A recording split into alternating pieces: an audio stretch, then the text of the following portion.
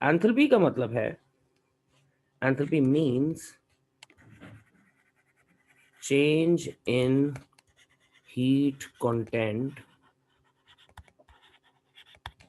Before and after reaction. Reaction से पहले और रिएक्शन के बाद आने वाला change in heat content enthalpy कहलाता है। अच्छा, एंथैल्पी फेमस किस एक्सप्रेशन से है? तुमने इसकी एक्सप्रेशन देखी? यूजुअली रिएक्शंस यूजुअली रिएक्शन के बाद डेल्टा एच का साइन, डेल्टा एच लिखा हुआ होता है और उसके साथ पॉजिटिव या नेगेटिव साइन के साथ कोई नंबर मौजूद होता है। तो ये तुम्हें बता रहा होता है कि रिएक्शन की चेंज इन हीट कंटेंट क्या है, राइट? अच्छा, हम डायरेक्टली तो इस तक नहीं पहुंच सकते कि डेल्टा एच कैलकुलेट करने बैठ जाएं। हाँ, मुझे कुछ एग्जाम्पल एक्सपेरिमेंट प्लॉट करने पड़ेंगे जिससे मैं एनालाइज करवा सकता हूँ कि चेंज इन हीट किस तरह से किसी एक्सपेरिमेंट में ऑब्जर्व किया जा सकता है, राइट? मेरे पास दो बीकर्स में equal amount of water, that is 100 cm cube of water मौजूद है। इन दोनों बीकर्स में मैंने एक एक थर्मोमीटर लगा लिया है। थर्मोमीटर एक ऐसी डिवाइस है जो आप घर में भी इस्तेमाल करते हैं। किस काम के लिए? अपनी बॉडी टेम्परेचर को नोट करने के लिए। लेकिन यहाँ पर हम इस एक्सपेरिमेंट में आने वाले टेम्परेचर चेंज को स्टडी करेंगे और टेम्परेचर चेंज से हम एनर्जी चेंज तक पहुंचने की कोशिश करेंगे आज की क्लास में। ओके, अब इन दोनों बीकर में एक एक थर्मोमीटर और कुछ पानी मौजूद है और मैं इधर ग्राफ पर इसकी एक्स एक्सिस पे टेम्परेचर, सॉरी, यहाँ पे मैं टाइम लिख लेता हूँ और यहाँ टेम्परेचर पर डिग्री सेल्सियस। अभी इसमें सिर्फ पानी है, तो मैं ये नोटिस कर रहा हूँ there is no change in temperature observe. जाहिर सी बात है, आपने इसमें कुछ डाला ही नहीं, यू हैवंट एडेड एनीथिंग। जब तक तुम इसमें कुछ रिएक्शन या कोई दूसरा सब्सटेंस डालने की कोशिश नहीं करोगे तो ये बेवजह अपना टेम्परेचर नहीं बदलेगा। Okay, this is the moment over which small amount of small amount यानी 5 grams of sodium hydroxide is added in beaker A और बीकर बी में ये ग्राफ ऑफ बीकर ए मान लेते हैं, बीकर ए मान लेते हैं, ग्राफ ऑफ बीकर बी दूसरे पेज पे बना लेंगे। 5 ग्राम सोडियम हाइड्रोक्साइड ऐड किया और दूसरे में 5 grams of ammonium chloride add करेंगे।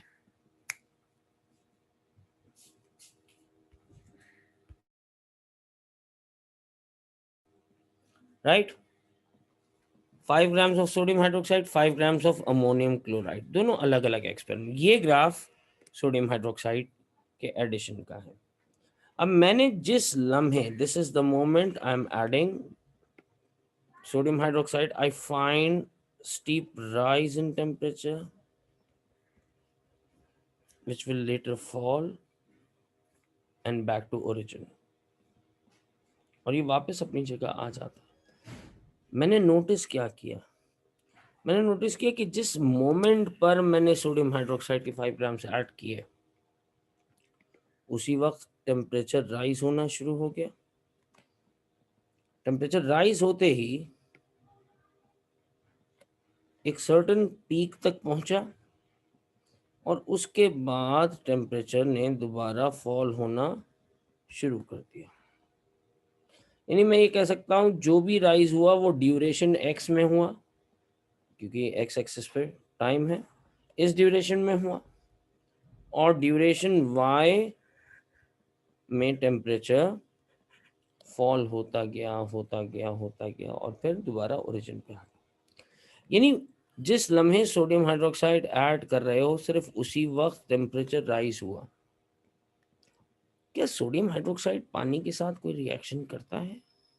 नहीं, it only splits up into its ions Na plus and OH minus. Just like तुम पानी में नमक थोड़ा सा, सोडियम क्लोराइड थोड़ा सा ऐड कर दो, तो ऐड करते ही क्या होता है, सोडियम और क्लोराइड आयंस के अंदर स्प्लिट होना शुरू।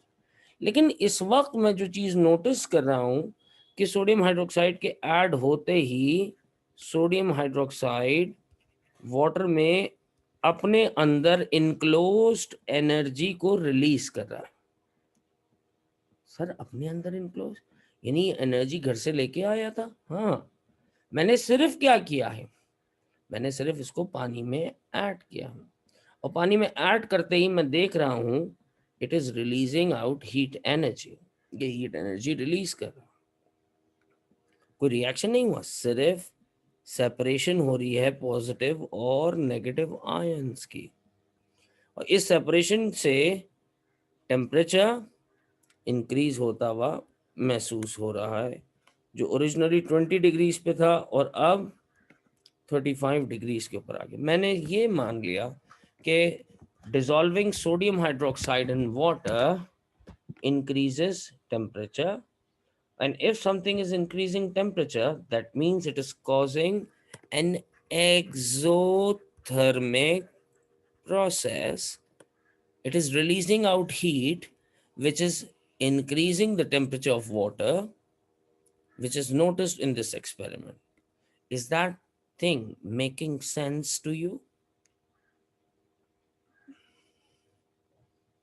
Please respond me in the chat box.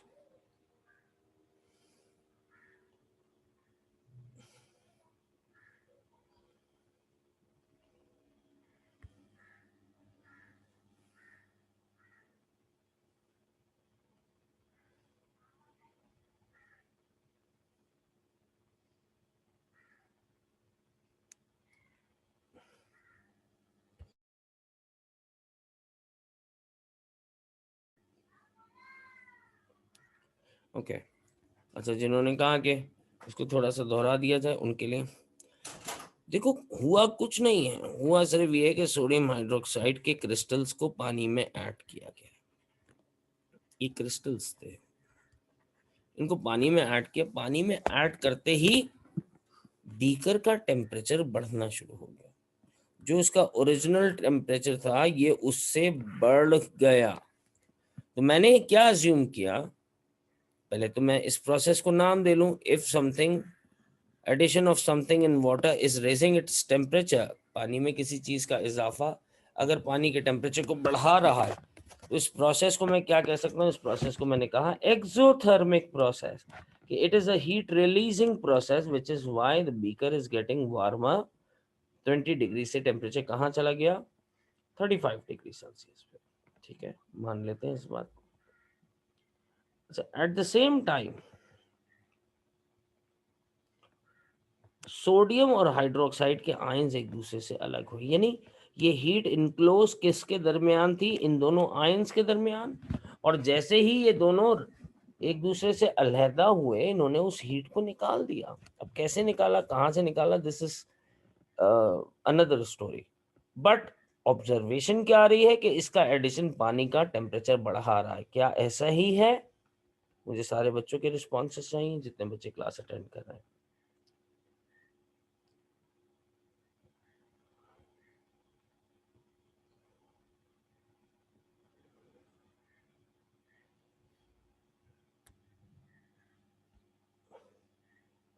ठीक है, ओके, ड्यूरेशन ड्यूरेशन एक्स में क्या हो रहा है, टेम्परेचर इंक्रीज हो रहा है। तो यानी मैं कह सकता हूं कि ड्यूरेशन एक्स में सोडियम हाइड्रोक्साइड डिसॉल्व हो रहा था।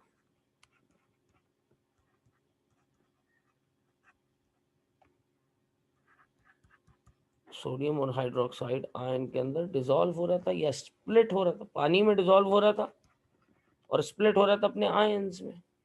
और ड्यूरेशन वाई में क्या हुआ, वाई में टेम्परेचर फॉल हुआ।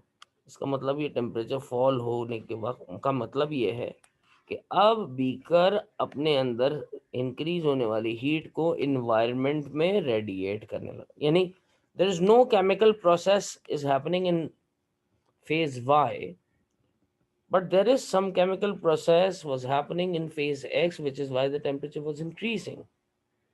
अब तो ये environment में रेडिएट कर रहा है और उतना ही ओरिजिन हासिल कर रहा है जितना इसका स्टार्टिंग टेम्परेचर था। मैंने मान लिया कि ये एक्सोथर्मिक प्रोसेस है, मैं इसको रिएक्शन नहीं कह रहा हूँ, क्योंकि रिएक्शन होने के लिए प्रोडक्ट्स को नया होना ज़रूरी है। इसमें प्रोडक्ट्स नई नहीं हैं, उसी के आयन्स हैं, और उसी के आयंस अगर मैं इसमें से पानी को वेपोरेट कर दूं, I will again get sodium hydroxide crystals. इसलिए मैंने इसको क्या नाम दिया, एक्सोथर्मिक प्रोसेस का। चलिए अब let's observe what will happen if you add, एक मिनट रुको,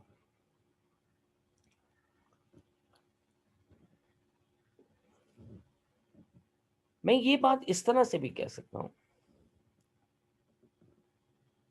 कि सोडियम हाइड्रोक्साइड के आयंस के दरमियान बहुत सारी हीट लॉग्ड थी, जो रिलीज उस वक्त हुई जब सोडियम हाइड्रोक्साइड को सूटेबल एनवायरनमेंट मिला। क्या मैं ऐसे कह सकता हूं? Please respond me on this. This heat was locked inside ions of sodium hydroxide, which was released when it has obtained the suitable environment. क्या ये बात सही है?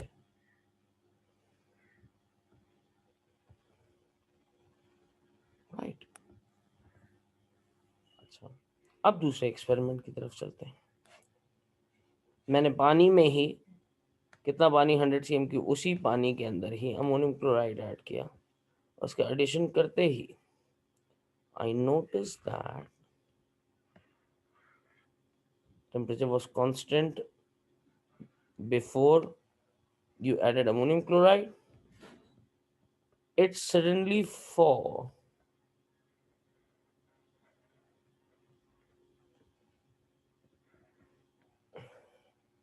मैंने देखा जिस लम्हे मैंने अमोनियम क्लोराइड ऐड किया, उसी वक्त टेम्परेचर अचानक से फॉल कर गया।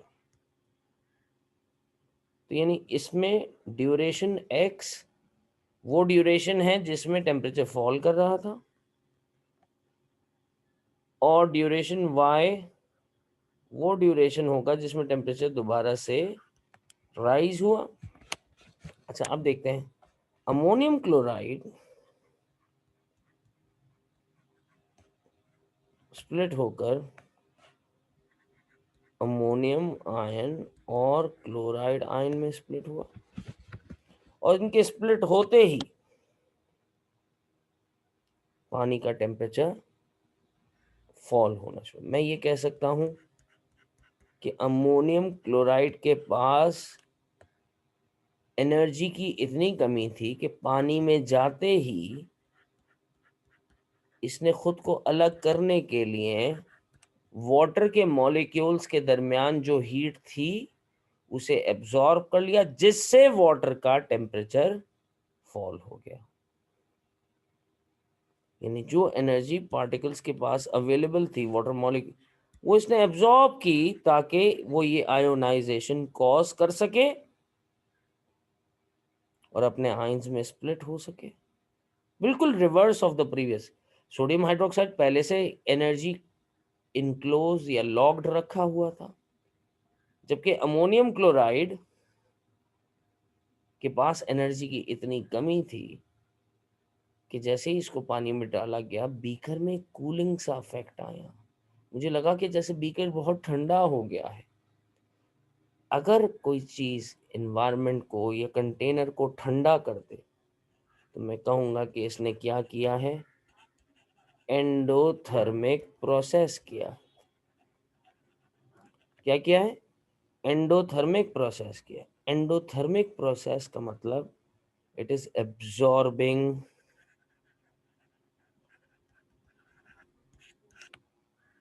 Heat energy. ये हीट एनर्जी को एब्जॉर्ब कर रहा है, ठीक है, जिसकी वजह से टेम्परेचर ओरिजिन से फॉल होकर 5 डिग्री पे चला गया।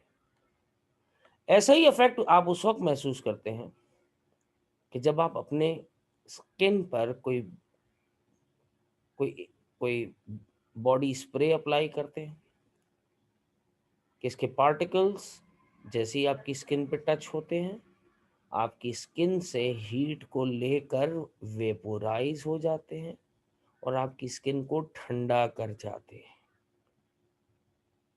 राइट, करके आप देखिए, परफ्यूम लगाइए कोई जिसमें अल्कोहल हो, अल्कोहल जैसे ही आपकी स्किन पे टच हुआ वैसे ही इसने एब्जॉर्ब की आपकी बॉडी की हीट, आपको कूलिंग इफेक्ट दिया और वेपोराइज हो गया।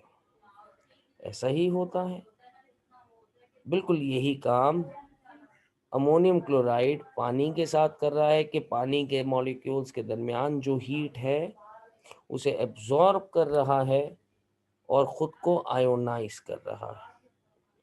It may I am not going for the consequences of it, but I'm just telling what actually happens, right? So is that making sense? Are these experiments making some sense to you? Please respond me in the chat box.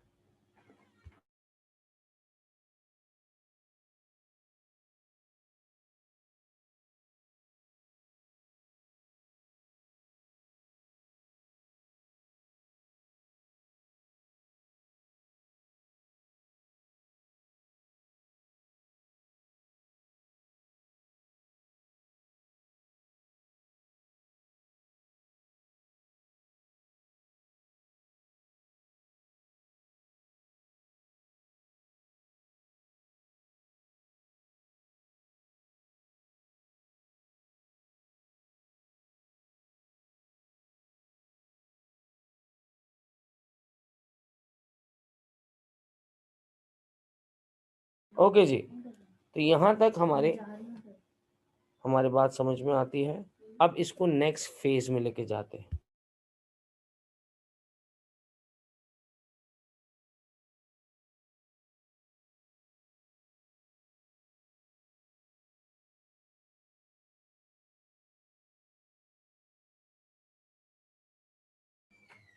Okay, तो अब इस experiment को या इससे मिलने वाली values से मैं एनर्जी तक कैसे पहुंचूंगा?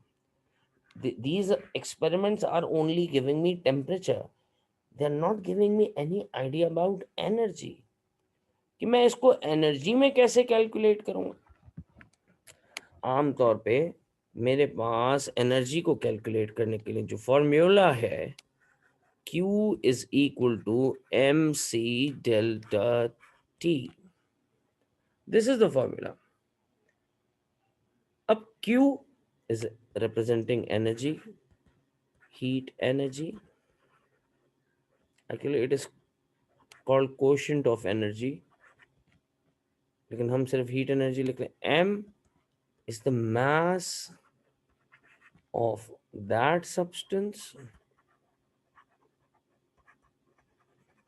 whose temperature is increasing. याद रखना, ये बहुत क्लियरली लिख रहा हूं मैं। C is a specific heat capacity of water. C क्या है? specific heat capacity, which is a constant whose value is 4.18, and delta T is change in temperature, right? It is change in temperature. Okay, तो मेरे पास in like symbols का मतलब मुझे समझ में आता है, और अब मैं इसको कैलकुलेट करता हूँ, न्यूमेरिकली हीट को कैलकुलेट करना चाहता हूँ मैं, ताकि मेरे कुछ बातें समझ में आ जाए. For experiment 1, Q is equal to M C delta T. अब सबसे बड़ी कंफ्यूजन क्या है कि सर इस m में क्या लिखेंगे. आधी से ज़्यादा आवाम सोच रही होगी इस वक्त भी कि m में 5 ग्राम्स ऑफ सोडियम हाइड्रोक्साइड लिखा जाए, जो कि एब्सोल्युटली गलत बात है. Q is equal to M C delta T में C किसकी स्पेसिफिक हीट कैपेसिटी है? वाटर की. तो मुझे वाटर का मास लिखना है. सर वाटर का मास तो दिया हुआ ही नहीं, वाटर का वॉल्यूम आपको दिया हुआ है. याद रखिए, at or above 4 degrees Celsius, the density of water will be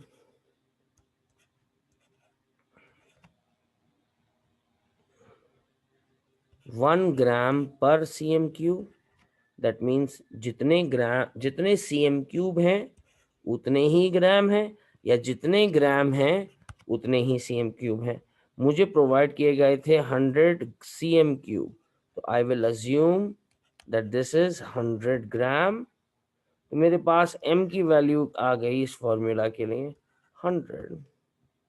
c की वैल्यू मेरे पास, c is a constant, 4.18 kilojoule energy is needed to raise 1 degree temperature of water. That means specific heat capacity.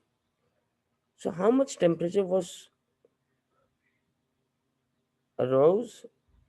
20 degree to 35. That means 15 degrees temperature is increased. तो अगर मैं change in temperature में 15 लिखूं, तो मेरे पास इसको multiply करो, बताओ कितनी वैल्यू आती है.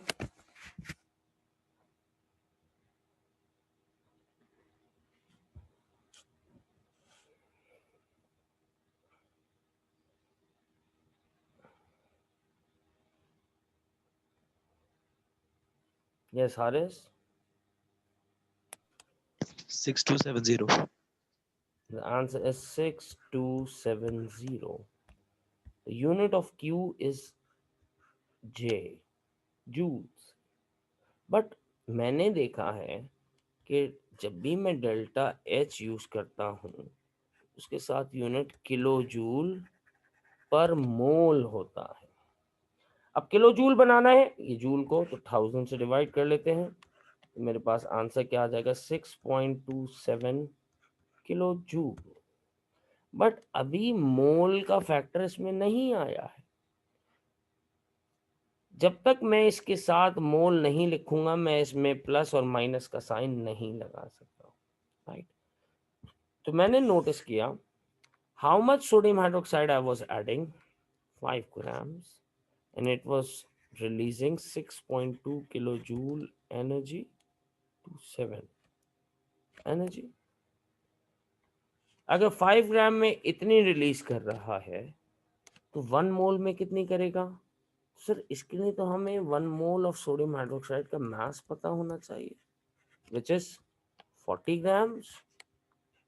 सोडियम हाइड्रोक्साइड के मॉलिक्यूलर मास निकालिए और इसके आगे ग्राम लगा दीजिए, इस टू एक्स, क्रॉस मल्टीप्लाई करते हैं, it becomes 5x. 6.27 times 40, x will be equal to 6.27 times 40 over 5. So how much the value of x will be? 50. 1250 divided by 25. Answer is 50.16. अब मैं इस यूनिट को क्या लिख सकता हूँ, किलो जूल पर मोल। लेकिन अभी भी एक चीज बाकी है, और वो ये कि what type of process was dissolving of sodium hydroxide. It is an exothermic process, so let me apply negative sign. If heat is released and temperature is increased, I will apply negative sign to this process. अच्छा sir, अब sir ammonium chloride में देखते हैं।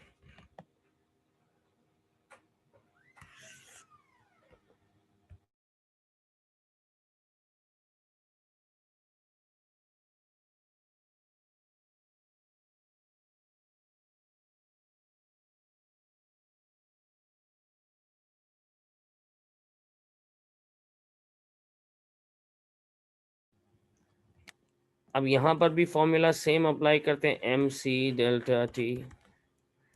मास यहाँ पर भी 100 ही होगा, क्योंकि यहाँ पर भी सराउंडिंग सॉल्वेंट मेरे पास वाटर था। 4.18 इज अ कांस्टेंट, और यहाँ पर भी टेम्परेचर 15 है। तो सर इसमें 15 का मतलब ये आंसर तो मेरा सेम ही आएगा, 6270 joule. Okay, oh, it is less than 1 minute, so I'm stopping this here. I'll start from the same point.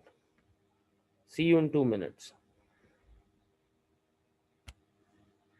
I'll talk about it, Asan. See you in 1 minute.